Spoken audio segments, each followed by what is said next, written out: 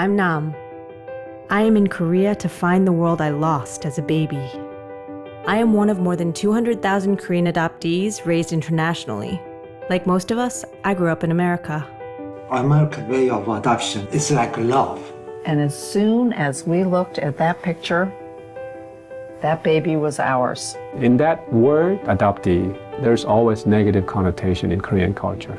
It's that feeling of being unwanted, you know what I mean? This journey is about me experiencing the culture and the feelings of coming back for the first time. It's hard for me to process what I'm feeling. I don't really know if I want to cry or if I want to eat.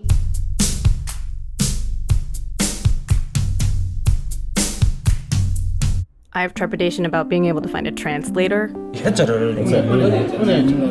know what that means. There is no path to follow. It was like, oh, go there, go there, go there, go there. I feel like I'm not really breathing. It's easy to find your family. 그 아빠가 이렇게 사람을 그리 닮았어요? 놈매 같은 거는 닮았네. When she got up and left, my heart went. Everyone wants me to find something. I mean, I can't really conceive of what I'm up against.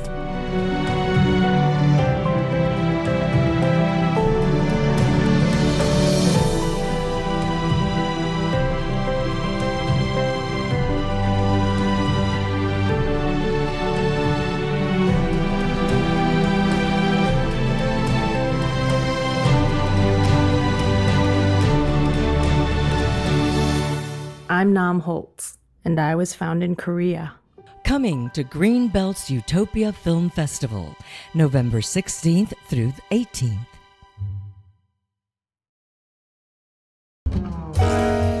I think we have this right to clean air, growing our own food, seeds, and water. Those are such basic human rights to me. It is time for eaters, which means every citizen, to throw their weight behind farmers' rights, behind farmers' right to breed, behind the seed's right to evolve. The trick is that farmers need access to this diversity, and that's what plant breeding does. We don't need to have agriculture just controlled by a few. Two issues that are going to be really big issues in the coming decades. And one is adaptability, and the other is versatility.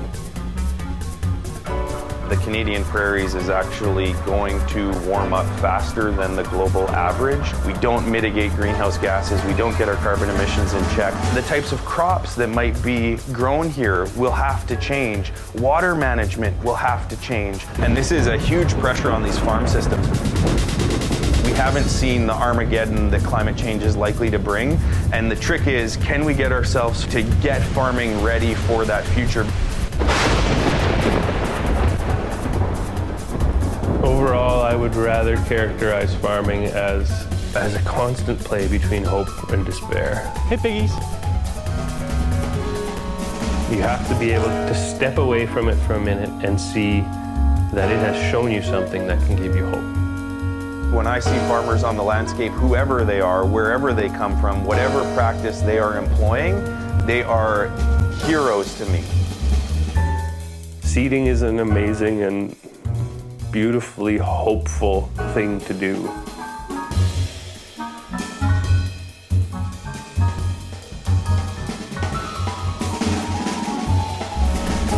Coming to Greenbelt's Utopia Film Festival, November 16th through 18th.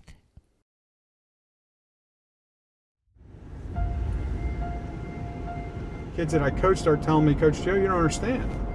This kid, and this kid are doing pills. This kid and this kid are doing heroin. We want people to understand that their kids are getting the prescriptions right out of their medicine cabinets. The kids in high school now and even in their 20s really have never been educated on the dangers of opioids. 70 to 85% of all the crime in this county, all the property crime, burglaries, robberies, it's all substance abuse related. It's all, and 90% of that crime is all opiate addiction related, where they're just trying to find money to get high. And you realize deep down inside, these are just broken people. My brother Mark died of a heroin overdose, and all I could do was use. all I could do was put more in me. There is no worse feeling or desperate feeling than not being able to stop using, even though you have a baby inside of you. May it be your kid, your grandmother, your father, your sister, your aunt, you know, it's killing people. I went to the family room and the unthinkable. She was slumped over on the floor, like hanging off of it. And I go, Mariah, Mariah, Mariah.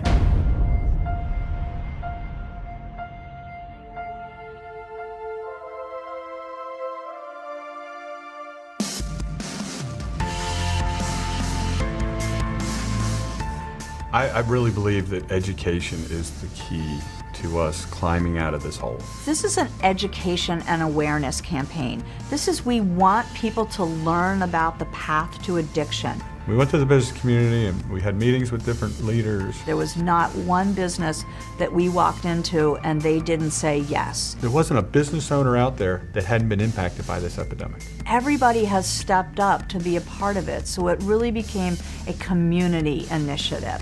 Now last year there was just one purple county.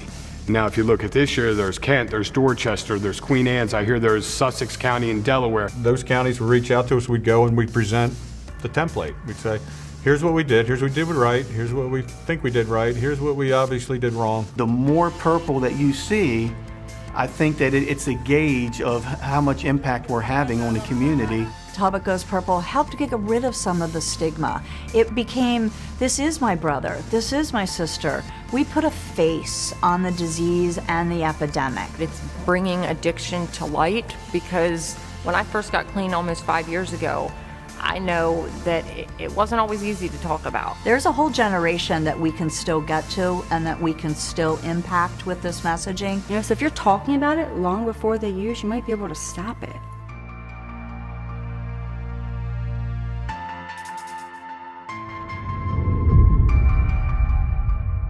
Coming to Greenbelt's Utopia Film Festival, November 16th through 18th.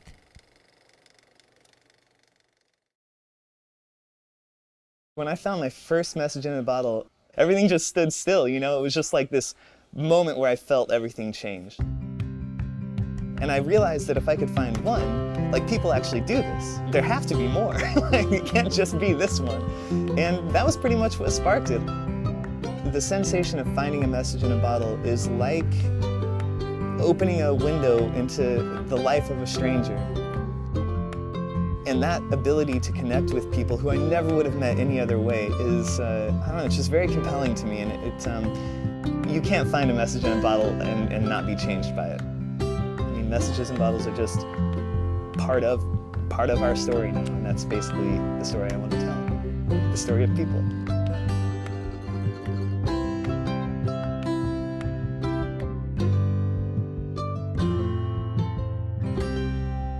Coming to Greenbelt's Utopia Film Festival, November 16th through 18th.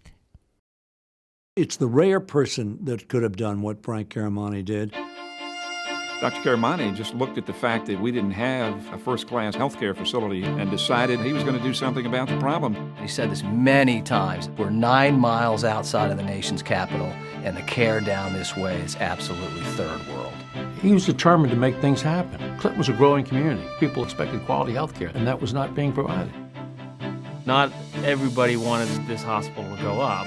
He had landmines and roadblocks placed in front of him every step of the way.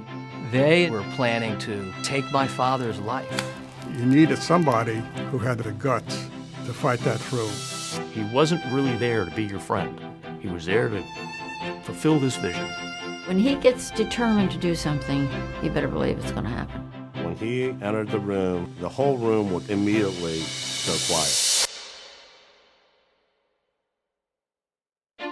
Folks, I'm Dr. Chiaramonte, and I'd like to tell you something about the background of this hospital because no one's given you the facts. So I'm here to hopefully give you the facts from day one. Coming to Greenbelt's Utopia Film Festival, November 16th through 18th.